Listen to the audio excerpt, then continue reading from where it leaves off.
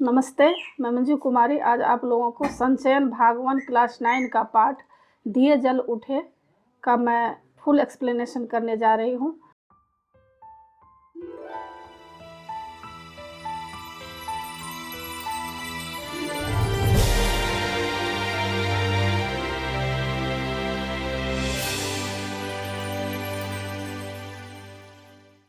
और इनके लेखक मधुकर उपाध्याय जी हैं। इससे पहले मैं क्लास 9, क्लास 8, क्लास 10 स्पर्श संचयन कृतिका क्षितिज का लगभग मैं सारा चैप्टर पढ़ा चुकी हूँ। उसको देखने के लिए आप ऊपर दिए गए आई बटन पर क्लिक करके देख सकते हैं या नीचे दिए गए डिस्क्रिप्शन बॉक्स में भी देख सकते हैं या प्लेलिस्ट में जाकर देख सकते हैं। और अभी मैं आप लोगों को दिए जल उठे का फुल एक्सप्लेनेशन करने जा रही हूँ। तो इस पाठ में लेखक ने हमारे देश के जो स्वतंत्रता सेनानी हुए हैं, जैसे महात्मा गांधी, सरदार वल्लभ भाई पटेल, जवाहरलाल नेहरू आदि लोगों का इस पाठ में जिक्र किए हैं। लेकिन हम लोग जानते हैं कि जब हमारा देश गुलाम था, हमारे देश पर अंग्रेज लोग शासन कर रहे थे, उस समय यह पाठ लिखा गया है। उस समय हमारे देश के कितने ऐसे स्वतंत्रता सेनानी थे जिन्होंने अपने जान पर खेलकर अपने जान को कुर्बान करके देश को आज़ादी दिलाई। और आज जो हम आज़ाद देश के नागरिक कहला रहे हैं, यह इतने आसानी से नहीं मिली है। इसको पाने के लिए न जाने कितना कष्ट उठाया गया है। तो इस पाठ में यही जिक्र किया गया है कि सरदार वल्लभ भाई पटेल, महात्मा गांधी, जवाहरलाल नेहरू, इन लोगों ने किस तरह से दांडी यात्रा किए थे। दांडी यात्रा क्या होता है?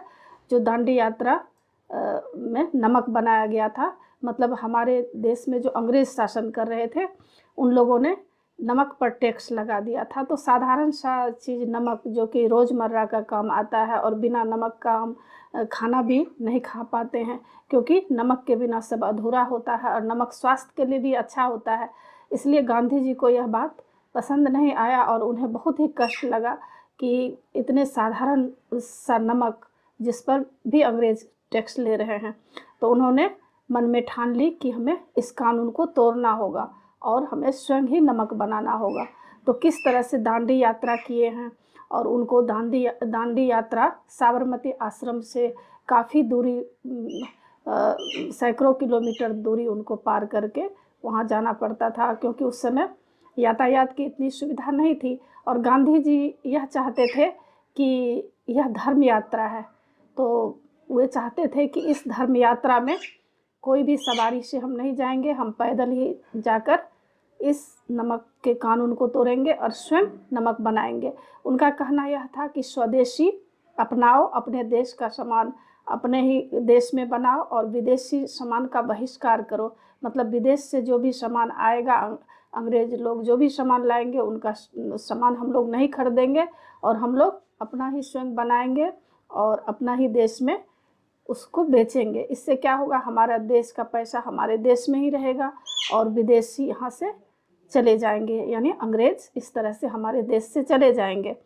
तो इस पाठ में मधुकर उपाध्याय जी कुछ बातों का जिक्र किए हैं, यानी दांडी यात्रा के दौरान गांधी जी को, सरदार वल्लभ भाई पटेल और जवाहरलाल नेहरू जी को कितना कष्ट कर जीवन जीना पड़ा, कितना कष्ट उठाना पड़ा। तो इस पाठ में यही दिखाया गया है। तो आगे मैं शुरू कर रही हूँ। रास के बूढ़े बरगद ने वह दृश्य देखा था। रास एक जगह का नाम है जो कि गुजरात में पड़ता है। तो यहाँ पर लेखक कह रहे हैं कि बूढ़े बरगद, बूढ़े बरगद क्यों कहा गया है? क्योंकि बूढ़े बरगद जो होता है, बरगद की आयु काफ़ी लंबी होती है, हजारों हजारों साल, सैकड़ों साल उस बरगद का एक पेड़ जो होता है उसकी आयु होती है। तो वह दृश्य देखा था। कौन सा दृश्य? जो आगे लेखक बताएंगे। दांडी कूच की तैयारी के सिलसिले में वल्लभ भाई पटेल 7 मार्च को रास पहुंचे थे। दांडी यात्रा, मतलब दांडी यात्रा जो होती नमक के लिए, तो उसके तैयारी किस तरह से तैयारी हो और किस तरह से क्या आगे का कार्यक्रम होगा, इसके लिए सरदार वल्लभ भाई पटेल, क्योंकि सरदार वल्लभ भाई पटेल गुजरात के ही रहने वाले थे, तो वे रास पहुंचे थे। रास एक जगह का नाम था। तो वह देखना चाहते थे कि तैयारी कैसी हुई है। उन्हें वहाँ भाषण नहीं देना था, लेकिन पटेल ने लोगों के आग्रह पर 2 शब्द कहना स्वीकार कर लिया। वल्लभ भाई पटेल को वहाँ पर भाषण नहीं देना था, लेकिन लोगों ने कुछ आग्रह किया कि आप भी कुछ बोलिए, तो तैयार हो गए। उन्होंने कहा, भाइयों और बहनों, इतना ही बात वे बोले थे कि भाइयों और बहनों, क्या आप सत्याग्रह के लिए तैयार हैं? जितने भी लोग इकट्ठा हुए थे उन लोगों को सरदार वल्लभ भाई पटेल बोल रहे थे कि क्या आप लोग सत्याग्रह आंदोलन करना चाह रहे हैं, जो कि गांधी जी सत्याग्रह आंदोलन के दौरान चाहते थे कि अंग्रेज किस तरह से भारत छोड़कर चला जाएगा। तो इसी बीच क्या हुआ, मजिस्ट्रेट आ गया। मजिस्ट्रेट ने निषेधाज्ञा लागू कर दी, मतलब मना कर दिया, और पटेल को गिरफ्तार कर लिया। मतलब यहाँ पर यह दिखाया गया है, लेखक यह कहने का कोशिश कर रहे हैं कि सरदार भाई पटेल का इसमें कुछ भी गलती नहीं था। सिर्फ भाइयों एवं बहनों, क्या आप सत्याग्रह के लिए तैयार हैं, इतना सा वर्ड बोलते ही अंग्रेज इतने क्रूर थे कि उनको गिरफ्तार कर लिए।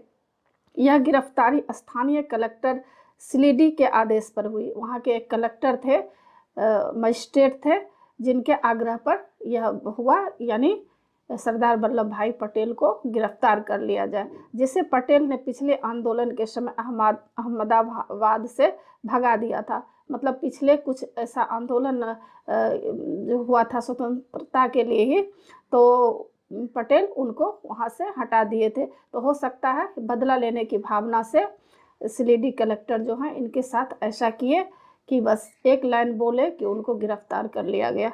आगे लेखक बता रहे हैं कि वल्लभ भाई को पुलिस पहरे में बोरसद की अदालत में लाया गया। वल्लभ भाई को बोरसद जगह का नाम है, वहाँ का अदालत में वहाँ ले जाया गया, जहाँ उन्होंने अपना अपराध कबूल कर लिया। मतलब वल्लभ भाई पटेल अपराध कबूल कर लिया। वैसे तो कोई अपराध वे किए नहीं थे, लेकिन बोले कि हाँ हम इतना बोले हैं। जज को समझ में नहीं आ रहा था कि वह उन्हें किस धारा के तहत और कितनी सजा दे, क्योंकि जज, कोई भी जज जो होते हैं, अगर कोई गुनाह करता है, कोई गलती करता है, तब जज कोई सज़ा सुना सकता है। लेकिन यहाँ तो कोई गलती सरदार वल्लभ भाई पटेल किए नहीं थे, इसलिए जज को भी वहाँ पर 1.5 घंटा लगा। मतलब 1.5 घंटा तक सोच विचार किए कि क्या करना चाहिए।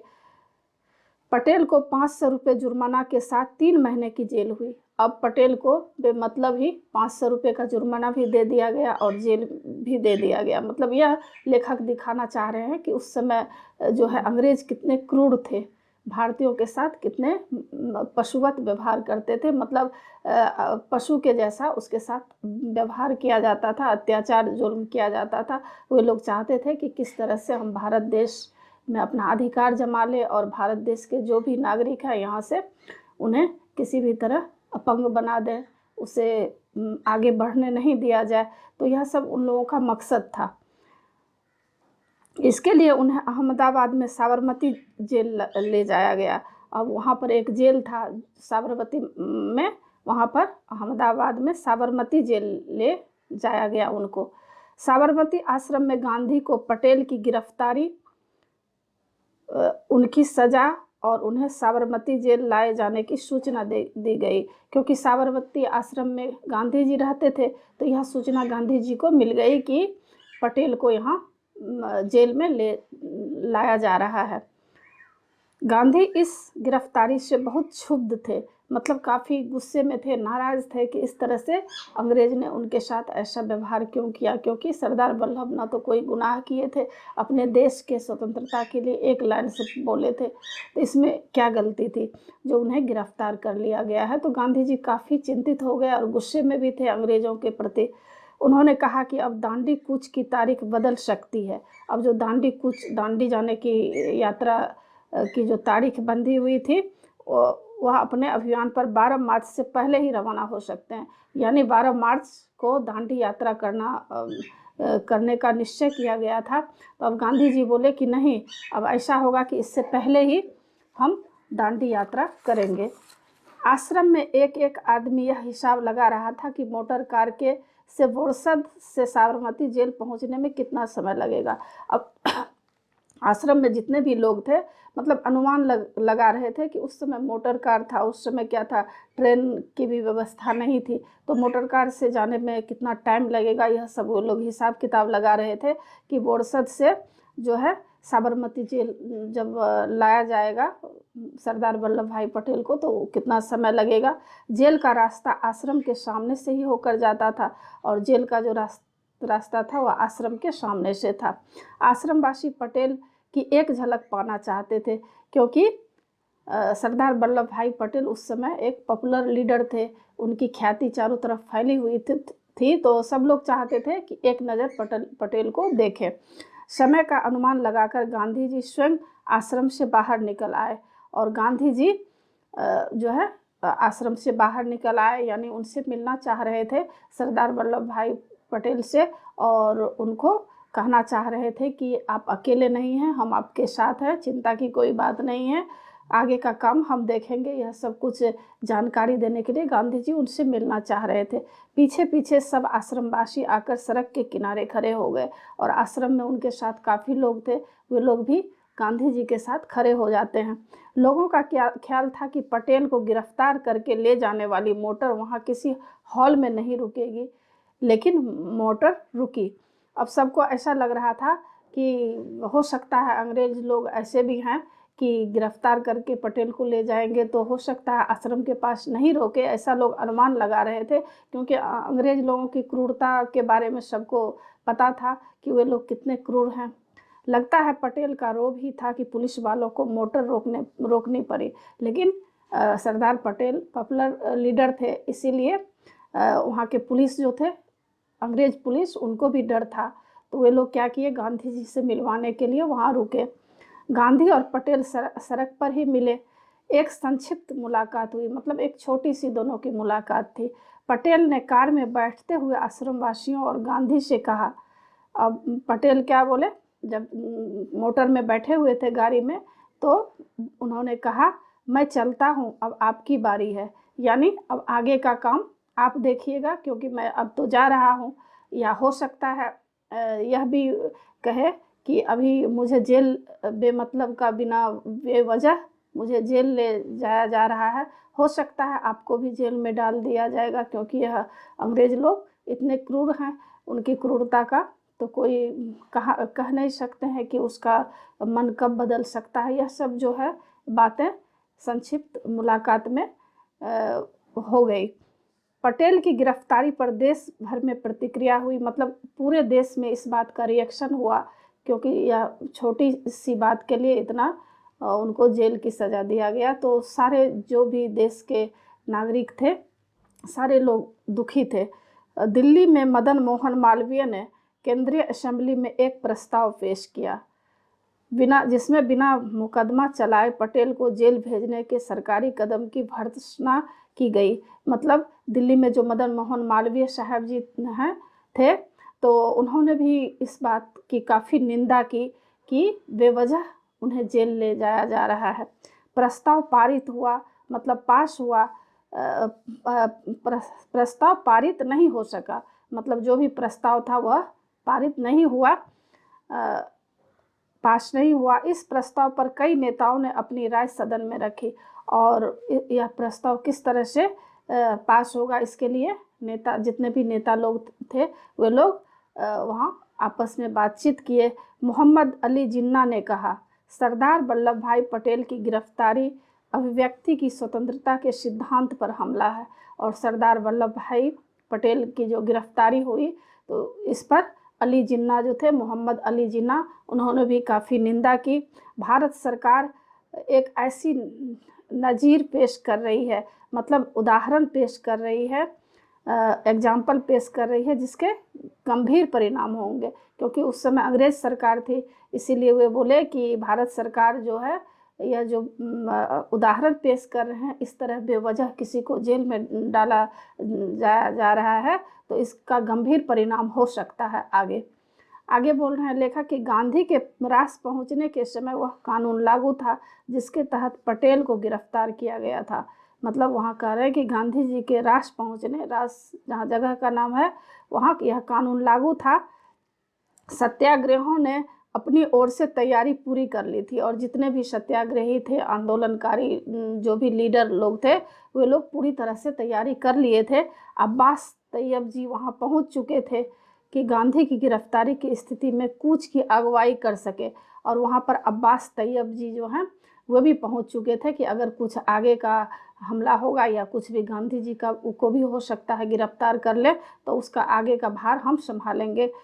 तो बोरसद से निकलने के बाद लगभग सभी आश्वस्त थे कि अब गांधी को जलालपुर पहुंचने तक नहीं पकड़ा जाएगा। अब सब लोग यह सोच रहे थे कि कम से कम जलालपुर जो जगह का नाम है वहाँ पहुंचने तक गांधी जी को नहीं पकड़ा जाएगा। लेकिन तैयारी में कोई कमी नहीं थी और वे लोग चारों तरफ से तैयारी कर चुके थे। रास में गांधी का भव्य स्वागत हुआ और जब रास गांधी जी पहुंचते हैं तो उनका बहुत ही शानदार स्वागत हुआ। जितने भी जनता थे वहाँ के सभी लोगों ने उनका बहुत ही अच्छा से सेवा सत्कार और स्वागत किए। दरबार समुदाय के लोग इसमें सबसे आगे थे। दरबार समुदाय किसको बोलते हैं? जो जमींदार लोग होते हैं, जिनके पास उस समय काफ़ी ज़मीन था और जिनका बोलबाला चारों तरफ था, तो वे लोग सबसे आगे थे उनके स्वागत के लिए। दरबार गोपाल दास और रविशंकर महाराज वहाँ मौजूद थे। दरबार गोपाल दास यह सब जमींदार का नाम है और रविशंकर महाराज ये भी एक जमींदार थे। वे लोग भी वहाँ पर जो मेन आदमी थे, जो काफ़ी पैसे वाले थे, वे लोग भी वहाँ पर मौजूद थे। गांधी ने अपने भाषण में दरबारों का खास तौर पर उल्लेख किया। यहाँ पर बता रहे हैं कि गांधी ने अपने दरबारों को खास तौर पर उल्लेख किया। वहाँ पर जो भी जमींदार वगैरह आए थे उनका वे बातचीत के दौरान उनके बारे में भी बोले। कुछ दरबार रास में रहते हैं पर उनकी मुख्य बस्ती कनकापुरा और उससे सटे गांव देवन में है, और कुछ दरबारी जो हैं वहाँ रास में रहते हैं और कुछ जो है बस्ती कनकापुरा में रहते हैं और सटे गांव देवन में रहते हैं। दरबार लोग रियासतदार होते हैं, मतलब रियासतदार बोलते हैं जो रियासत या इलाके का मालिक होते थे। उनकी शाबाशी थी, मतलब चारों तरफ उनकी वाहवाही थी। ऐसो आराम की ज़िंदगी थी। एक तरह का राजपाट था, मतलब एक तरह के छोटे राजा कह सकते हैं, राजा कह सकते हैं। तो ये जमींदार लोग थे, उस समय के राजा थे। दरबार सब कुछ छोड़कर यहाँ आकर बस गए और वे लोग क्या किए, सब कुछ छोड़कर यहाँ पर बस गए। गांधी ने कहा इससे आप त्याग और हिम्मत सीखें। और वहाँ पर जो भी लोग इकट्ठा थे उनको गांधी जी बोले कि अगर आपको त्याग और हिम्मत सीखना है तो इन जमींदारों से सीखिए, जिन्होंने अपना सब कुछ छोड़कर जो है देश की आज़ादी के लिए काम कर रहे हैं। मतलब देश की आज़ादी के लिए धन संपत्ति ऐश्वर्य जो है सारा चीज़ छोड़ चुके हैं, क्योंकि इनको आज़ादी चाहिए। तो आप लोग भी इनसे सीखिए। आगे बोल रहे हैं अखिल भारतीय कांग्रेस कमेटी की बैठक 21 मार्च को साबरमती के तट पर होने वाली थी। अखिल भारतीय कांग्रेस कमेटी की जो मीटिंग थी वह 21 मार्च को साबरमती के किनारे होने वाली थी। जवाहरलाल नेहरू इस बैठक से पहले गांधी से मिलना चाहते थे।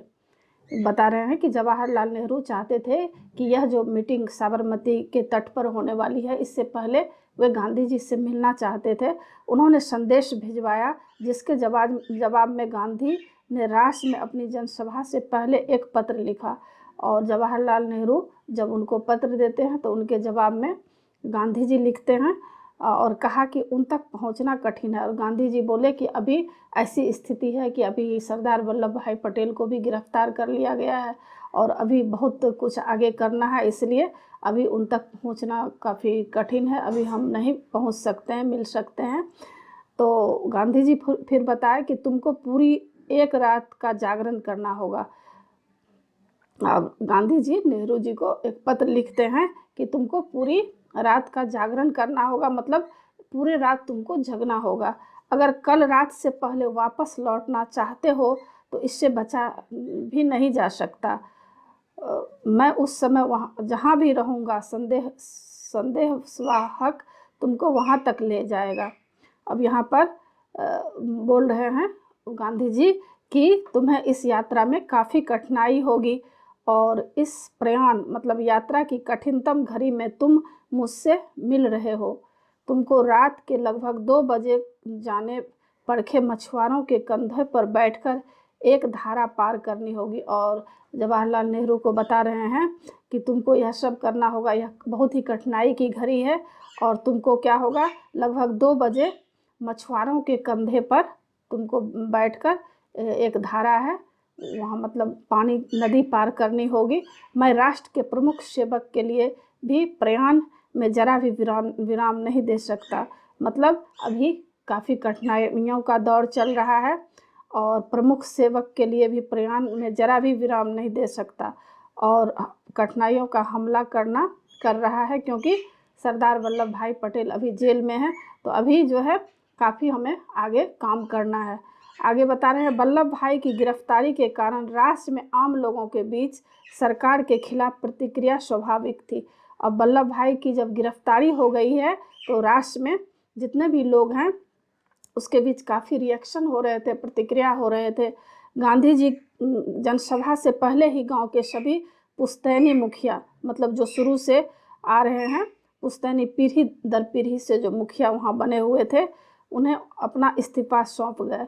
और यहाँ पर बता रहे हैं कि गांधी जी की जो मीटिंग होने वाली थी उससे पहले ही गांव के सभी पुश्तैनी मुखिया, जो भी मुखिया का काम संभाल रहे थे, मुखिया किसको बोलते हैं, गांव में एक मुखिया होता है जो पूरे गांव को कंट्रोल करता है। कोई भी मतलब परिस्थिति आती है, समस्या आती है, तो सबसे पहले गांव के लोग मुखिया के पास पहुंचते हैं और मुखिया उसका समाधान करता है। अगर मुखिया से कुछ भी समाधान नहीं होता है तब लोग पुलिस स्टेशन जाते हैं, थाना जाते हैं। तो यहाँ पर बोल रहे हैं कि वे लोग भी क्या किए, गांधी जी के जनसभा से पहले वो अपना इस्तीफा, मतलब वे लोग भी अंग्रेज को इस्तीफा दे दिए, मतलब अपना पद छोड़ दिए। गांधी ने दांडी कूच शुरू होने से पहले ही यह निश्चय कर लिया था कि वह अपनी यात्रा ब्रिटिश आधिपत्य वाले भूभाग से ही करेंगे।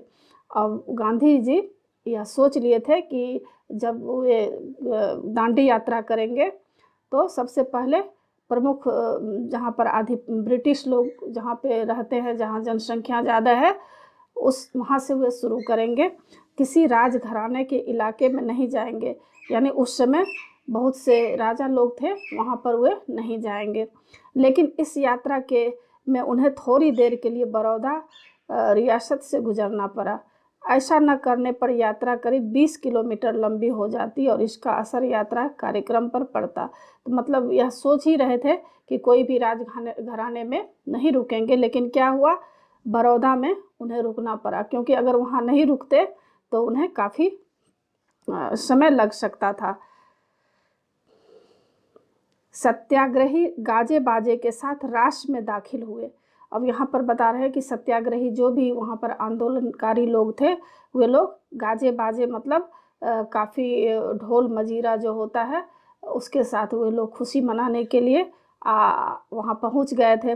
वहाँ गांधी को एक धर्मशाला में ठहराया गया, जबकि बाकी सत्याग्रही तंबुओं में रुके।